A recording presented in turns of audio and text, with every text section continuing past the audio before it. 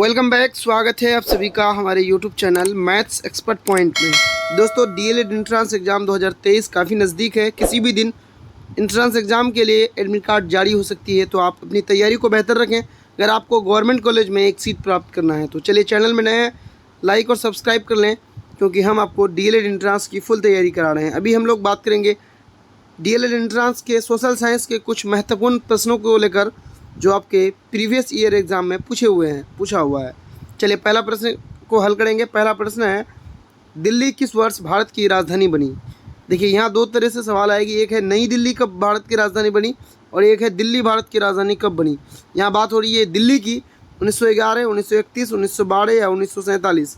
सही आंसर होगा 1912 ईस्वी को दिल्ली भारत की राजधानी बनाई गई। लेकिन यही प्रश्न पूछता कि दिल्ली के आगे नई दिल्ली लगा देता, नई दिल्ली भारत की राजधानी कब बनी, तो आंसर कौन हो जाता? आंसर हो जाता 1931। लेकिन दिल्ली पूछेगा तो 1912 आंसर सही होगा। चलिए, दूसरे प्रश्न की ओर चलेंगे। दूसरा प्रश्न है, भारत की अक्षांशीय स्थिति क्या है? भारत की जो अक्षांशीय स्थिति है वो क्या है? पहला है 8 डिग्री 4 अक्षांश से 37 डिग्री 6 अक्षांश पूर्वी अक्षांश। उसी तरह से आपको चार ऑप्शन आपको दिया गया है। आप चारों ऑप्शन को एक बार अच्छे से देख लेंगे और सही आंसर जो इसका हो जाएगा ऑप्शन बी सही हो जाएगा। 8 डिग्री 4 अक्षांश से 37 डिग्री 6 अक्षांश उत्तरी अक्षांश। ये दो तरह की अक्षांश होती है, इसमें उत्तरी अक्षांश में आंसर सही हो जाएगा ऑप्शन बी। चलेंगे हम तीसरे प्रश्न की ओर। चलिए, तीसरा प्रश्न है, 3 बीघा कॉरिडोर किसको जोड़ता है? एक जगह या जो है सीमा का नाम है, ये किन दो देशों को जोड़ता है, जिसका नाम है 3 बीघा कॉरिडोर। पहला है भारत श्रीलंका, दूसरा है भारत पाकिस्तान, तीसरा है भारत म्यांमार और चौथा है भारत बांग्लादेश। सही आंसर होगा भारत बांग्लादेश। ऑप्शन डी यहाँ पर बिल्कुल सही होगा। भारत बांग्लादेश को 3 बीघा कॉरिडोर जोड़ता है। चलिए, चौथा प्रश्न को हल करेंगे। चौथा प्रश्न आपके सामने है। चौथा प्रश्न है कि भारत में नियमित जनगणना की शुरुआत 1881 में किसके शासनकाल में हुई? यहाँ से आपको दो प्रश्न आपको मिल जाएगा कि भारत में नियमित जनगणना की शुरुआत कब हुई, तो ये 1881 ईस्वी में हुई। और पूछा जाएगा कि ये किसके कार्यकाल में हुई, तो ये अलग प्रश्न है। और ये अलग प्रश्न है कि भारत में नियमित जनगणना किस वर्ष शुरू हुई। यहाँ पर प्रश्न है कि किसके शासनकाल में हुई, Lord Lytton, Lord Mayo, Lord Dalhousie या फिर लॉर्ड रिपन। सही आंसर होगा लॉर्ड रिपन। लॉर्ड रिपन के कार्यकाल में सन 1881 ईस्वी में भारत में नियमित जनगणना की शुरुआत हुई है। चलिए, पांचवा प्रश्न की ओर चलेंगे। पांचवा प्रश्न है कि भारतीय उपमहाद्वीप में निम्न में कौन सम्मिलित नहीं है? पहला है नेपाल, दूसरा है श्रीलंका, फिर भूटान और बांग्लादेश।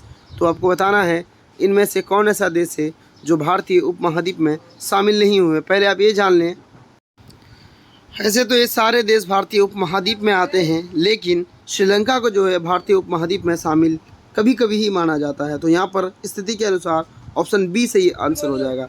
चलेंगे छठे प्रश्न में। छठा प्रश्न है, भारत एवं श्रीलंका को अलग करती है, यानी भारत और श्रीलंका को कौन जोड़ती है, या कह सकते हैं कौन अलग करती है। सवाल एक ही है, क्योंकि वो बीच में कोई ना कोई चीज़ है जो ये अलग भी करती है और जोड़ती भी है। तो ये है, पहला है पाक जल मरु मध्य मन्नार की खाड़ी, कच्छ की खाड़ी, या फिर ए एवं बी दोनों। सही आंसर हो जाएगा ए एवं बी, यानी ऑप्शन डी सही हो जाएगा। पाक जल मरु मध्य और मन्नार की खाड़ी भारत और श्रीलंका को अलग करती है। सातवां प्रश्न है कि भारत की सबसे लंबी अंतर्राष्ट्रीय स्थल सीमा किस देश के साथ है? यानी भारत की जो सबसे बड़ी इंटरनेशनल लाइन है, लाइन किन सी बात हो रही है? इंटरनेशनल की। इंटरनेशनल लाइन किस देश के साथ है? तो ऑप्शन एक में चीन है, और ऑप्शन बी में पाकिस्तान है, ऑप्शन सी में नेपाल, या ऑप्शन डी में फिर बांग्लादेश है। सही आंसर हो जाएगा बांग्लादेश। यानी भारत की सबसे बड़ी अंतर्राष्ट्रीय सीमा किस देश के साथ है, तो वो है बांग्लादेश।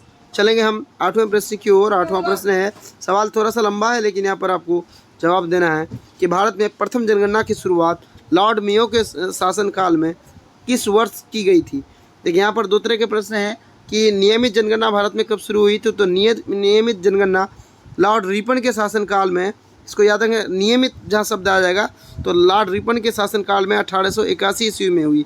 लेकिन सबसे पहली बार कब हुई थी? तो ये सबसे पहली बार 65 में हुई थी, 72 में हुई थी, 81 में, या फिर 88 में। सही आंसर होगा 1832 ईस्वी में प्रथम बार जो है लॉर्ड मेयो के शासनकाल में जनगणना हुई थी। चलिए, इसके बाद जो है 1881 से नियमित रूप से भारत में जनगणना होती है प्रत्येक 10 साल के बाद।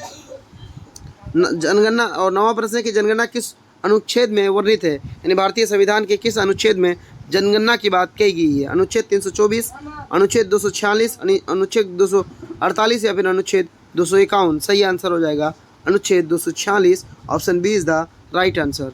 चलेंगे 10वें प्रश्न की ओर। 10वां प्रश्न है कि भारत की दक्षिणी बिंदु भूमध्य रेखा से कितनी दूरी पर स्थित है? यानी भारत की जो दक्षिण की बिंदु है वो भूमध्य रेखा से कितनी दूरी पर स्थित है? कन्याकुमारी भारत की सबसे दक्षिणी छोर है जो भूमध्य रेखा से आपको बताना है कितनी दूरी पर स्थित है। 570 किलोमीटर, 260 किलोमीटर, 876 किलोमीटर या फिर 1290 किलोमीटर? सही आंसर हो जाएगा 876 किलोमीटर पर दूरी पर स्थित है।